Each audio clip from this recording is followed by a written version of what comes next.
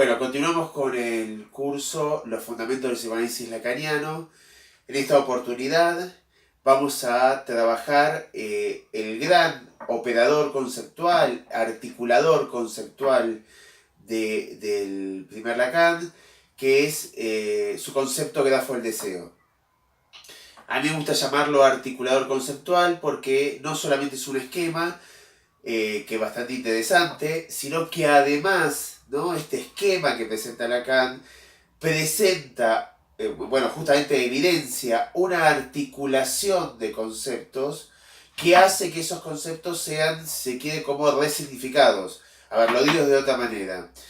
Lacan viene pensando algunos conceptos con la introducción del grafo y entonces articular los conceptos, organizarlos de una manera determinada, potencia los conceptos, le da una nueva significación. O sea que no es solamente un esquema en el sentido de una suerte de explicación gráfica de lo que venía diciendo. Es la introducción de un nuevo concepto que resitúa a los conceptos anteriores y los hace avanzar, los potencia, los pone en otro lugar. Entonces el grafo del deseo, lejos de ser solamente un ejemplo, un gráfico que ejemplifica, el grafo es la introducción de una lógica que articula conceptos y que a esos conceptos los presenta desde un nuevo lugar. O sea, para decirlo de manera más sencilla, a partir de la introducción del grafo del deseo, queda mejor situado cuál es finalmente la lógica inherente al primer Lacan, que es la del estructuralismo y lo simbólico en predominancia. Por eso es tan importante el grafo del deseo como articulador conceptual de esta época de Lacan. Claramente, Lacan llega con el grafo del deseo a resituar mejor lo que estaba intentando decir con sus conceptos y a imprimirle a su enseñanza, al primer tramo de su enseñanza, lo que finalmente ubicamos como coordenadas esenciales, que es la cuestión de lo simbólico en predominancia y la idea de pensar al sujeto a partir de las estructuras y del estructuralismo como una concepción. El grafo del deseo es un esquema que Lacan comienza a construir, de hecho le da, si se quiere, su forma casi definitiva durante el seminario 5, 1957-1958, pero que sin embargo va a seguir trabajando bastante en el seminario 6, el deseo y su interpretación. Hay claramente menciones al grafo del deseo de los seminarios 7 y el 8, y después, si bien Lacan no lo abandona, sin embargo, a partir de los seminarios 9 y 10, no va a ser el articulador conceptual que Lacan utilice de manera más predominante. O sea que el grafo del deseo tiene su momento fuerte entre los seminarios 5 y 8, y luego queda como una suerte de referencia a lo que fue el modo en que Lacan pensó su enseñanza en la década del 50, o sea, lo que conocemos como el primer Lacan. Yo siempre digo esto, el grafo del deseo no solamente es el gran articulador de este momento Lacan, sino que poder entender su lógica permite entender al primer Lacan.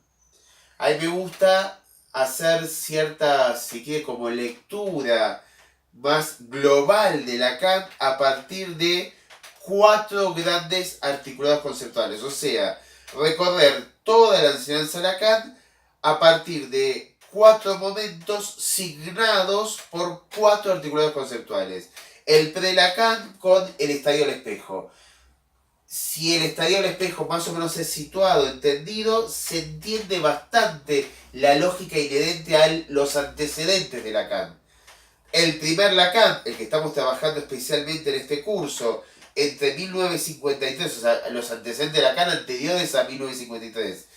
Lo que Lacan llama el inicio de su enseñanza, 1953, seminario 1 y hasta el seminario 8 incluido, que es lo que generalmente se conoce como el primer Lacan. Su articulador conceptual es el grafo del deseo. Entonces tenemos el estadio, el espejo, los esquemas ópticos para el pre-Lacan, o Lacan de los antecedentes, el grafo del deseo para el primer Lacan, las fórmulas de la sexuación, que si bien están planteadas a partir del seminario 19, o sea, bien al final del Lacan intermedio, sin embargo me parece que localizan muy bien todo el esfuerzo lacaniano del Lacan intermedio que va entre el seminario 9 y el 19.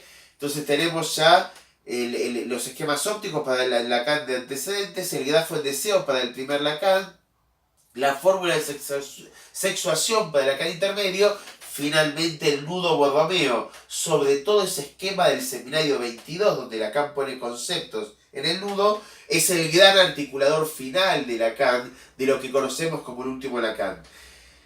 Muchas veces insisto en esto, se quiere como algo medio provocativo. Si se puede situar bien estos grandes cuatro esquemas, estos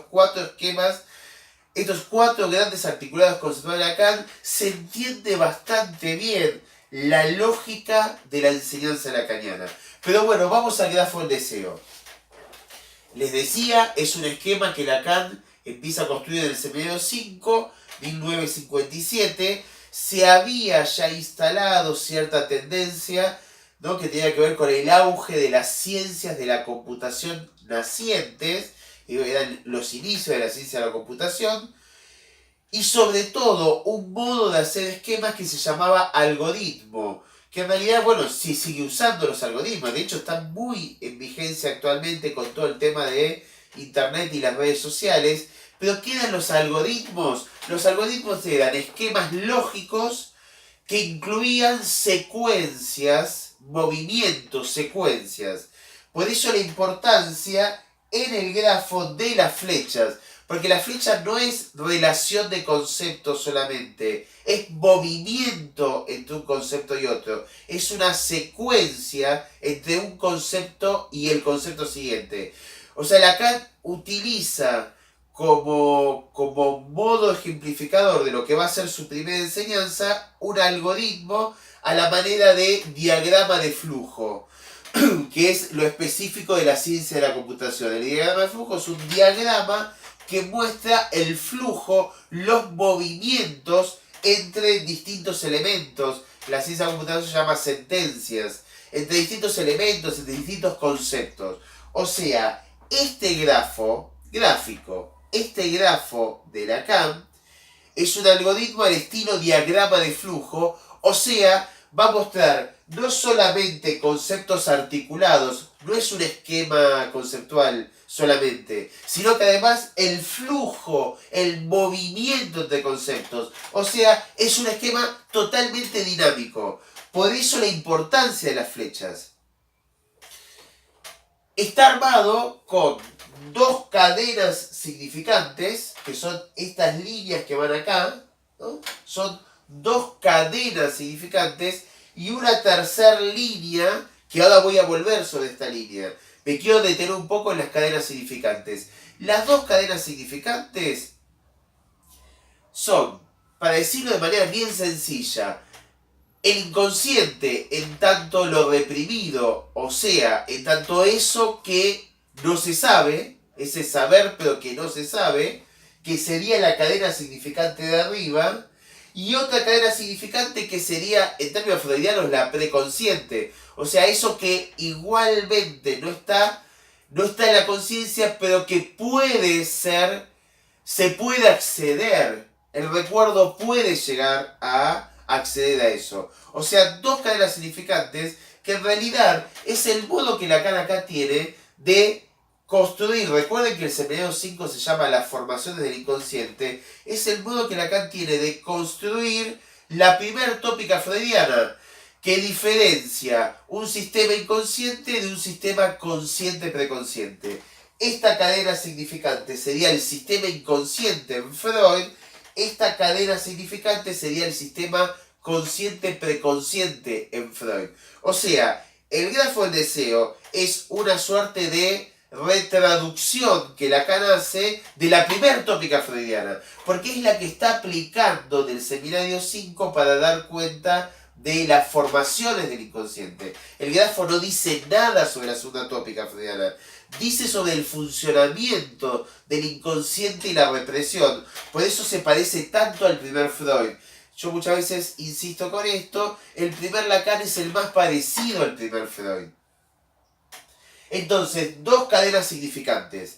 Las cadenas significantes, porque Lacan sí está utilizando teorías del lenguaje, que Freud utilizó. Para Freud se trataba de representaciones.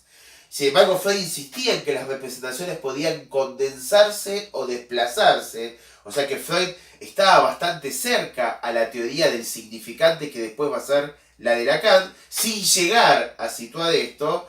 El significante aparece recién en 1918 de la mano de Ferdinand de Saussure con su famoso curso de lingüística. O sea que Freud es un precursor de la idea significante de los lingüistas cuando utiliza su concepto de representación. Pero Lacan, que sí tiene todo el desarrollo estructuralista de la lingüística de Jacobson, pero sobre todo lo que viene de la mano de Ferdinand de Saussure, piensa cadenas significantes. ¿Qué serían cadenas significantes? Discurso. Encadenamiento de un significante con el otro, con el otro, con el otro. Por ejemplo, una oración. Por ejemplo, la discursividad del paciente del análisis. O en la sesión. Lo que el paciente fue diciendo en la sesión es un significante. Acá es una línea continua. Pero hay que suponer, ¿no? Puntitos, puntitos encadenados uno detrás del otro, armando una cadena. O sea, esta cadena significante es un discurso. Esta otra cadena es otro discurso. Uno es el discurso consciente, preconsciente, el otro es el discurso inconsciente. Otro antecedente freudiano, el texto del sueño y la otra escena, ¿no? Cuando Freud sale a interpretar. Freud interpretaba el sueño, el chiste, el acto fallido, el síntoma, buscando una otra escena, que era el discurso del inconsciente. Bueno, es esto. El discurso consciente-preconsciente, el que se habla, el discurso inconsciente que se supone en la interpretación. Dos cadenas significantes. Estos círculos son significantes privilegiados. Acá tenemos que suponer infinidad de significantes. Esto que les decía, puntitos uno detrás del otro. Recortamos de esa infinidad de significantes que tienen las dos cadenas, recortamos dos significantes privilegiados de cada cadena discursiva. ¿Se entiende esto, no? O sea, tenemos un montón de significantes, que son los significantes del lenguaje, pero recortamos dos significantes de la cadena inconsciente, dos significantes de la cadena preconsciente-consciente. Recortamos porque aparece una tercera línea, y ahí voy a la tercera línea, que es esta que corta las dos cadenas significantes en estos 4 puntos. O sea, esta tercera línea es la que selecciona estos 4 significantes privilegiados. ¿Qué es esta tercera línea? Es, la acabo de decir un momento, es el cálculo del sujeto. En realidad, para decirlo más precisamente, es el movimiento de aparición del sujeto. O sea, el sujeto del inconsciente, cuando aparece en una formación del inconsciente, realiza ese movimiento. Es como si fuera una especie de salto. El sujeto aparece y luego se oculta, ¿no? Aparición y desaparición, o afárisis del sujeto, va a decir más adelante en el seminario 11. Pero el sujeto irrumpe, aparece repentinamente. Este es el movimiento del sujeto. El movimiento del sujeto aparece en el discurso. Recorta significantes y desaparece coagulándose, ¿no? Entonces, dos cadenas significantes y la irrupción, la emergencia, el movimiento del sujeto, recortando estos 4 significantes. Hago un pequeño paréntesis. Si bien el deseo va a ser el gran concepto de este grafo del deseo, la verdad es que técnicamente hablando, el grafo es el grafo del sujeto. O sea, el deseo está ahí en un lugar central, ya vamos a verlo, pero la relevancia del grafo es que el grafo muestra el recorrido de un sujeto cuando aparecen las formaciones del inconsciente. O sea, el grafo es para decir que en una formación del inconsciente, por ejemplo el sueño, por ejemplo el chiste o el acto fallido, que en una formación del inconsciente el sujeto apareció así. O sea que es una cuestión bien puntual para ser aplicado en la sesión analítica. Ahora ya vamos, el segundo video sobre grafo del deseo lo voy a trabajar más en términos clínicos. Acá estoy dando los fundamentos más conceptuales del grafo del deseo. Por eso el sujeto está acá, en el inicio de ese recorrido. Esto es más el sujeto en tanto la causa misma de su movimiento, ¿no? Es el sujeto que va a irrumpir en este momento. Y a la salida de todo el movimiento, ven que la flecha concluye acá, Lacan escribe I de A mayúscula. Esa I es el modo que Lacan tiene de escribir el ideal del yo freudiano, ¿no? Que esto que Freud empieza a formular a partir de Introducción del Narcisismo y que finalmente le va a dar la forma de super-yo, que en realidad es una subjetividad coagulada, o sea, es una subjetividad determinada por identificaciones, ¿no? Lo que va a decir Lacan es, el sujeto emerge como una causa, pero se cierra en el final como una coagulación, como una determinación, ¿no? Es este el sujeto al que recurre la interpretación analítica, al sujeto que empuja por aparecer. Y es este el sujeto, el ideal del yo freudiano, que de alguna manera la interpretación trata de descoagular, de quitarle tanta determinación. Hago una cuestión crítica. No es el mejor lugar para pensar el ideal del yo freudiano. Si bien Lacan lo escribe ahí, la verdad es que se le complica. Hubiera sido mucho mejor si Lacan ponía sujeto en causa, sujeto cerrado, sujeto leído, ¿no? En lugar del ideal del yo. Pero bueno, Lacan lo escribe ahí. Después no va a retomar el ideal del yo en este lugar. Pero a esta altura de su enseñanza lo pone ahí. El sujeto está en causa, realiza su movimiento, corta la cadena significante en 4 significantes.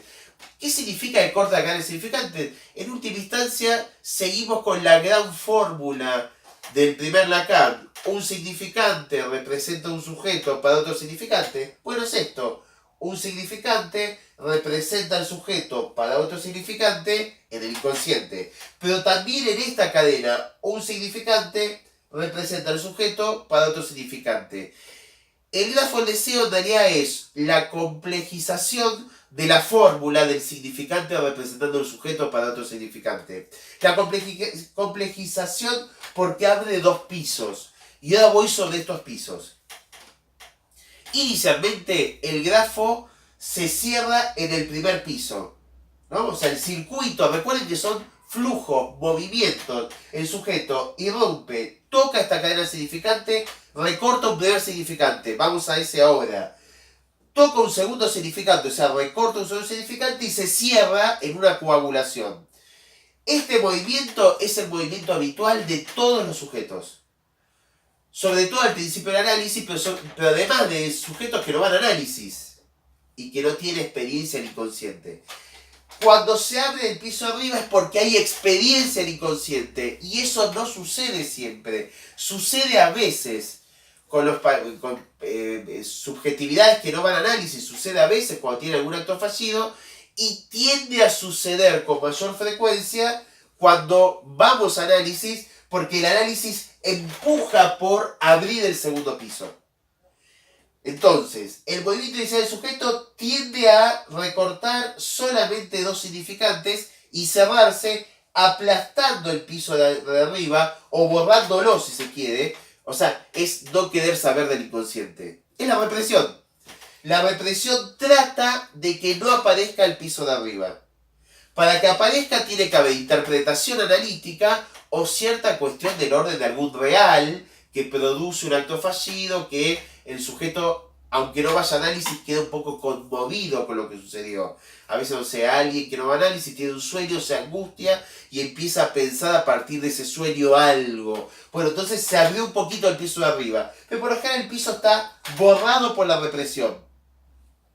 El sujeto recorta el primer significante. ¿Cuál es el primer significante? El otro. Autre en francés. El otro con mayúscula. Por eso acá lo aclaré en rojo. El otro. El primer significante que el sujeto recorta es el significante del otro. El significante del otro. ¿Qué significa esto? Que el sujeto ingresa al campo del otro. Mejor dicho, no es que ingresa al campo del otro. El sujeto se empieza a leer siempre del campo del otro. Y hay un significante del otro que lo ubica justamente como una coordenada esencial del sujeto. Hago una aclaración. Este otro no es el otro en términos de carne y hueso, el otro real. Es un significante de la estructura del sujeto que representa al otro. Si hubiera un otro real, está fuera del grafo, el otro real. Este otro es el significante del otro internalizado en la estructura del sujeto. A ver, quiero ser más concreto con esto. El grafo del deseo es un grafo intrasubjetivo, no es intersubjetivo. Acá no está el otro, está lo que un sujeto tiene incorporado como significante que representa al otro. Digo esto porque es del otro del que se habla en el análisis, pero no es el otro real. El otro real puede ser de eso, puede ser distinto. Digo que a veces se habla del padre, de la madre, se dicen cosas que en realidad no son reales, no tienen que ver con la realidad concreta, tienen que ver con cómo se incorporó al otro. Como un significante siempre remite a otro, ese efecto de justamente de significación, es el deslizamiento del significante al otro, este significante, el que representa al otro, hace pareja, hace cadena con otro significante, que es el que dice la significación. La significación. Por eso es la S de sentido o significado. La significación del otro. O sea, lo primero que constituye un sujeto es un significante que representa al otro y otro significante que dice qué es el otro.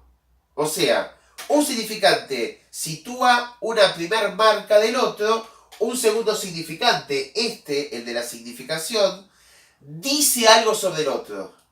¿No? Vamos a Freud. Papá me pega porque me ama. O sea, ¿no? Se entiende, un significante, papá pega porque ama. Rápidamente el significante construye una significación. ¿No? Yo siempre doy un ejemplo, iniciales de la primaria, por lo menos de mi primaria. Papá fuma pipa. O sea, se marca el lugar del otro, se le adjudica una significación. Mamá mima. Mi mamá me mima. Y así con cualquier cosa. Es el discurso del paciente, sí, mi papá fue un hijo de puta. Mi vieja me rebancó. Mi hermano era un estafador. Mi hermana fue la que me ayudó en aquel momento. Siempre aparece la indicación del otro y suele aparecer una frase, un significante, una frase, porque el significante no es palabra, puede ser todo un conjunto de palabras que dice sobre el otro. Entonces, hay un primer recorrido del sujeto. El sujeto corta la primera cadena significante en un significante privilegiado, el del otro. Por cadena significante rápidamente se arma una significación que es otro significante que dice sobre la significación. Lacan después va a poner ahí en ese lugar de significación al síntoma. Esto lo voy a explicar en el segundo video. Y entonces se cierra esta primera parte del circuito. O sea, el sujeto queda determinado por el otro y por alguna significación del otro. Es gran parte del análisis. Los pacientes vienen a hablar del otro, de lo que suponen es el otro y cómo quedan atrapados en esa lógica. En este primer piso se genera un intermedio, podríamos decir, que no tiene que ver con la cadena significante. Es una relación imaginaria. O sea, este es un intermedio imaginario donde Lacan refiere la relación especular, la del estadio al espejo. El yo, moi, que se ve en el espejo y de A, la imagen de A, como otro. El yo en tanto otro. O sea que este primer recorrido que simbólicamente ubica al otro y su significado, también ubica al yo con su imagen del espejo, que es el otro. Una aclaración, si bien acá Lacan usa el A minúscula, no es todavía el objeto A. El objeto A Lacan recién lo va a situar entre los del seminario 9 y 10. Acá este A es el A como imagen del espejo, o sea, el autre, otro, el otro con minúscula. O sea, el otro como imagen. No es el objeto A. Sin embargo, Lacan va a preferir usar la misma escritura A para dar cuenta al objeto, pero este es un movimiento que hace recién en el seminario 9. Entonces, hay un primer movimiento del sujeto. Encuentra al otro como lugar, encuentra un significado del otro, soporta su relación imaginaria y se cierra en una coagulación. Es esa subjetividad que, yendo a análisis en su primer tiempo o no habiendo hecho análisis, cree que sus coordenadas existenciales están jugadas todo el tiempo en el otro y su sentido y en su relación imaginaria. O sea, desconoce aún el piso del inconsciente. En el próximo video seguiremos avanzando sobre el grafo y también sobre el grafo en tanto articulador clínico y no solo conceptual.